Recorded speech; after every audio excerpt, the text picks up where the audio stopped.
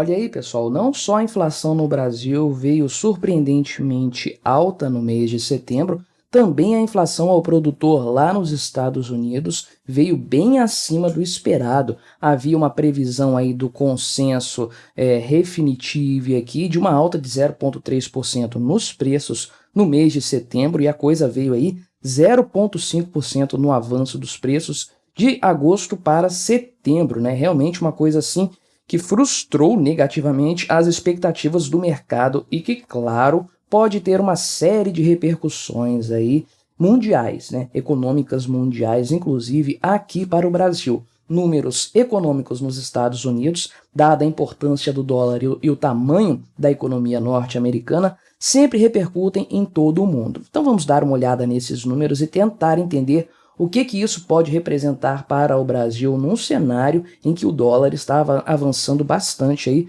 no seu valor frente ao real, não é? Não se esqueça, deixe o seu like, o seu comentário neste vídeo, se inscreva no meu canal se você ainda não for inscrito, considere se tornar membro patrocinador do meu trabalho com valores a partir de R$ 1,99 por mês. Você me ajuda bastante, pode ter certeza disso, né? Então, esse PPI, que é o índice de preços ao produtor, que é diferente do índice de preços ao consumidor final, mas também é uma boa métrica para se avaliar a questão dos preços, afinal de contas, isso aqui incide em toda a cadeia produtiva, não é? Então, houve, conforme eu falei, um aumento, um avanço desse índice aí em 0,5%, de agosto para setembro, e isso aí são os dados dessazonalizados que são divulgados pelo próprio Departamento do Tesouro norte-americano, né? Aqui está Departamento do Trabalho, não sei realmente se isso aqui está certo. E aí, na base anual, o valor deste ano aqui, tem a alta é de 2,2% no acumulado então, né?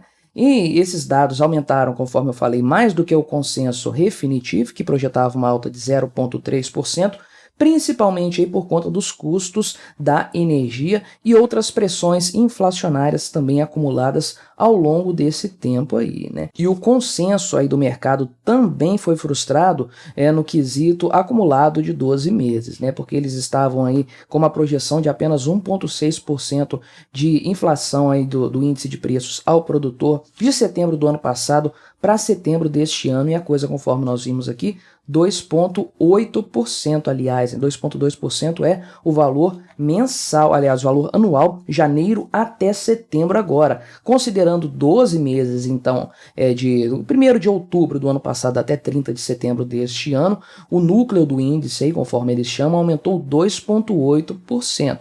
Foi um ligeiro recuo em relação a agosto, mas ainda assim muito maior do que eles esperavam aí em relação à expectativa do mercado de forma geral. Esse núcleo aqui da inflação, já tratei disso em outra oportunidade aqui no canal, falando desse índice de preços ao produtor, o PPI, mas esse núcleo do índice tira alguns componentes aqui, alimentos, energia e serviços comerciais, né? É uma coisa assim meio estranha, uma metodologia meio estranha. Então, publicaram esses dados desse relatório na quinta-feira aí, e eles estão sendo observados com bastante cautela pelo mercado, porque eles podem, de fato, nortear uma política de juros por parte do Federal Reserve, que é a grande preocupação de todo mundo, e é aí que nós brasileiros, começamos a entrar nessa história e a ser impactados por essa taxa aí, por esse aumento de preços ao produtor, que, conforme eu falei, certamente vai impactar o consumidor final daqui a algum tempinho, não muito distante. E tem a questão do conflito lá no Oriente Médio,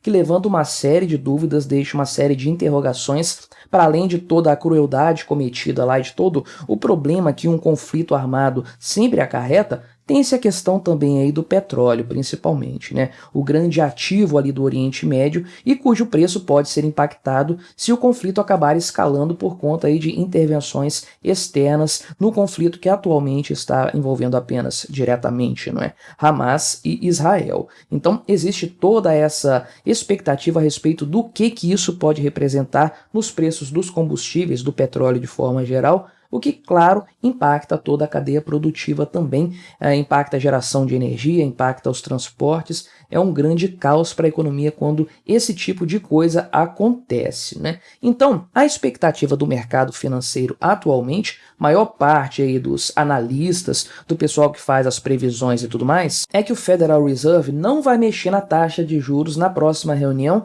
que vai acontecer no dia 31 de outubro e 1º de novembro, né? Dia das Bruxas e dia de Todos os Santos. O que vai sair disso aí? Bênção ou maldição?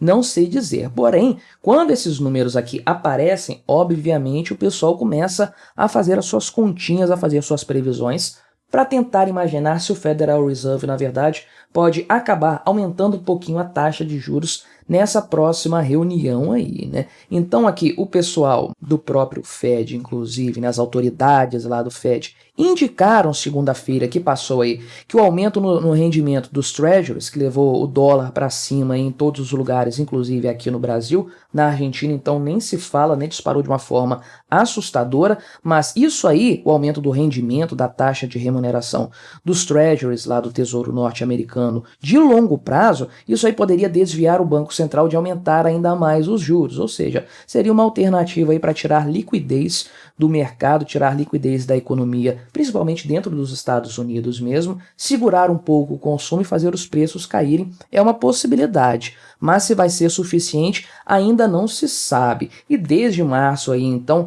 o Federal Reserve aumentou a sua taxa básica de juros, que estava 0,25, né, lá em março de 2022, para 5,50 agora, né, 5,25 a 5,50. Então, um crescimento enorme em pouco tempo, estamos falando de 1 ano e meio, né, o Banco Central brasileiro não fez um movimento tão grande assim nesse espaço de tempo. É certo que ele diminuiu muito rápido lá no passado, mas foi algo atípico. Mas para um Federal Reserve, para um banco central norte-americano, isso aí realmente é uma coisa impressionante. Não que nunca tenha acontecido, mas sempre acende um alerta no mercado e abre possibilidades para investimentos seguros, né, considerados seguros. O Tesouro Norte-Americano é considerado o investimento mais seguro do mundo e que acabam desviando recursos de outras partes do mundo para lá. E essa é a grande questão, esse é o grande ponto. Se agora nós tivermos aí o mercado olhando para esses dados, olhando para esses valores, para uma inflação ao produtor lá nos Estados Unidos subindo mais do que havia sido esperado pelo mercado, pelo consenso, né?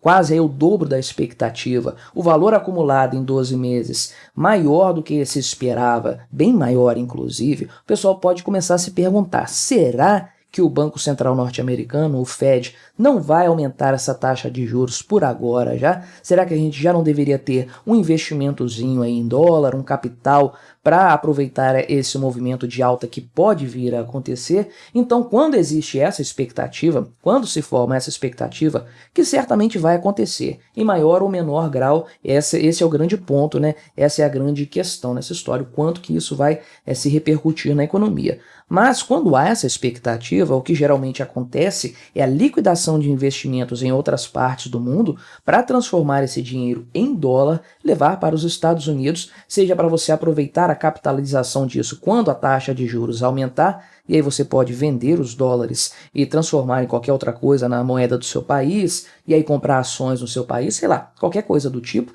Tem pessoas que acreditam podem vir a acreditar que ações dos Estados Unidos podem ser uma oportunidade agora, antes que a taxa de juros suba, né? Não sei exatamente qual é a lógica nesse sentido, mas o fato é que o pessoal tira mesmo dinheiro de outras partes do mundo para levar para os Estados Unidos quando há a promessa de um aumento de rentabilidade no tesouro do país. Isso tem impactado o valor do dólar já há algum tempo. Teve essa questão da remuneração do próprio Tesouro Norte-Americano aí, que foi citado aqui neste vídeo, inclusive, que elevou o preço do dólar. Agora, se nós tivermos um aumento da taxa de juros para conter esse ímpeto inflacionário que tem lá nos Estados Unidos, realmente veremos uma fuga de capitais para lá. Talvez seja até um problema para o senhor Javier Milei implementar a sua sonhada dolarização, caso ele venha a ser eleito presidente da República lá na Argentina, né? Agora, o grande ponto, e aí geopolítico envolvendo até os Estados Unidos será que a economia norte-americana aguenta progressivos aumentos da taxa de juros? Pode ter certeza que o Fed tem uma coceirinha já há algum tempo para aumentar mais os juros para conter a inflação, porque realmente ela está incomodando bastante. Agora, a economia aguenta? Provavelmente não. Existe uma grande quantidade de pessoas e empresas endividadas aí em dólar, né, lá nos Estados Unidos, e que teriam um enorme problema em conseguir pagar as suas dívidas, os seus débitos, seus financiamentos, suas hipotecas, com uma taxa de juros maior, né, porque isso aí representaria um aumento geral de taxa de juros em qualquer outro setor da economia, não apenas no Tesouro norte-americano. Então, o que acontece nesse cenário? Que já vimos acontecer no passado. O que acontece? As pessoas dando calote nos seus financiamentos, nos seus empréstimos, nas suas hipotecas, e aí, como um castelo de cartas desabando, a economia do país começa a desabar junto. E muitos acreditam que a situação hoje, esse castelo de cartas que é mantido por uma taxa de juros ainda baixa, mas que pode vir a aumentar e que já está incomodando o pessoal que tem dívidas atualmente, esse castelo de cartas é muito maior do que o de 2007, 2008, na crise dos subprimes. Isso poderia representar uma catástrofe de proporções globais e que jogaria a economia dos Estados Unidos no chão também nessa história. Será que isso procede? Não sei, vamos acompanhar os dados aqui, os números. Pode ser que esse aumento aqui seja apenas pontual, mas com o início dessa guerra lá em Israel, agora em outubro, existe uma real chance, uma real probabilidade de os números virem ainda piores quando o mês de outubro for fechado e esses valores, esse balanço for feito e for trazido a público. Aí nós vamos ver realmente a repercussão dessa história na economia, não só dos Estados Unidos, mas do mundo todo. Mas o que você achou dessa história? Colabore com o nosso debate. Se inscreva no meu canal se você ainda não for inscrito e até a próxima.